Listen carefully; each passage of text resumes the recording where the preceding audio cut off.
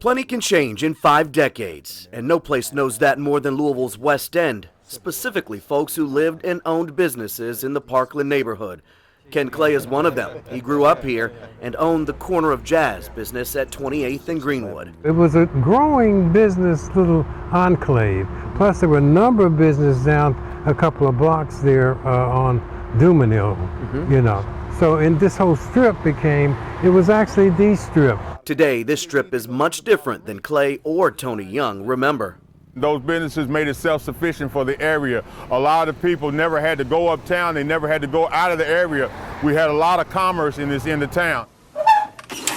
That would all change the final week of May 1968.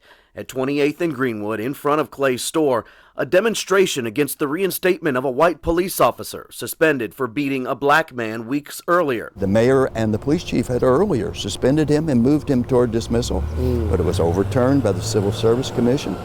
And so there was anger, and there was built up frustration. Then came a simple act that would have a long-lasting effect.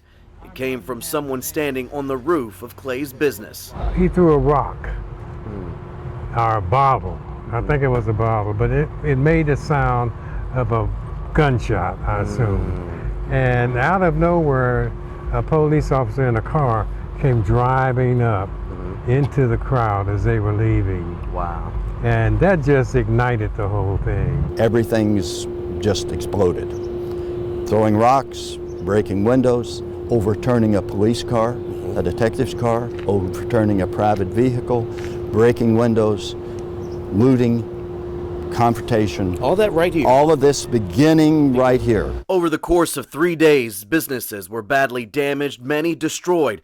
And according to historian Tom Owen, who also grew up here, 1,900 members of the National Guard deployed to this part of town where the relationship between police and residents had long been strained. You saw large masses of people. They argued, they were upset, and they were just basically lashing out at whatever came by. During the 3 days of destruction, businesses suffered tremendous loss. Perhaps no one lost more, though, than Fanny Groves. Yes, indeed. Whose son James was killed by police during the riots. She believes James, a 14-year-old boy, was mistaken for someone else. I heard the shots. When they shot him, I heard him scream. The last word was mama. James Groves Jr. was one of 2 teenagers who died during the riots, but his mother's public plea for peace may have prevented even greater loss. What I was feeling, I'm going to put it like that, my heart was just about gone. And I said, Lord, if somebody don't try to curb his right, there's going to be many more mothers going to be feeling like I'm feeling. The violence eventually did stop, but it had already started a trend from which this area would seemingly never recover. Some businesses never returned, others left before the tension peaked, and with them, many white families left West Louisville behind. It was definitely an area that was on the way up.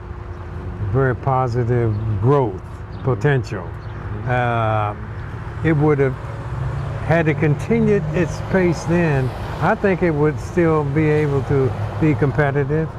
You know, there would have been new businesses locating, etc. But I think that the aftermath of the riots kind of issued a death knell for this community. And everyone we spoke to called the riots one of many factors which fueled what's now known as the 9th Street Divide. The 9th Street Divide is a subliminal thing, in my opinion, because it's just so obvious if you look at it. On one side you have commerce, and on the other side you have the beginning of the welfare system. Clay sold his business at 28th and Greenwood, but he still invests in this community today. Despite that, the last 50 years have left him with the reality he prays will be proven wrong. It may hurt to say that, but the fact is I don't think this place has the growth potential that it once had. For Young, who also still lives here, it is the hope he had as a young boy that keeps him here, that keeps him optimistic. His city, his West End, his home will witness the change it's been thirsting for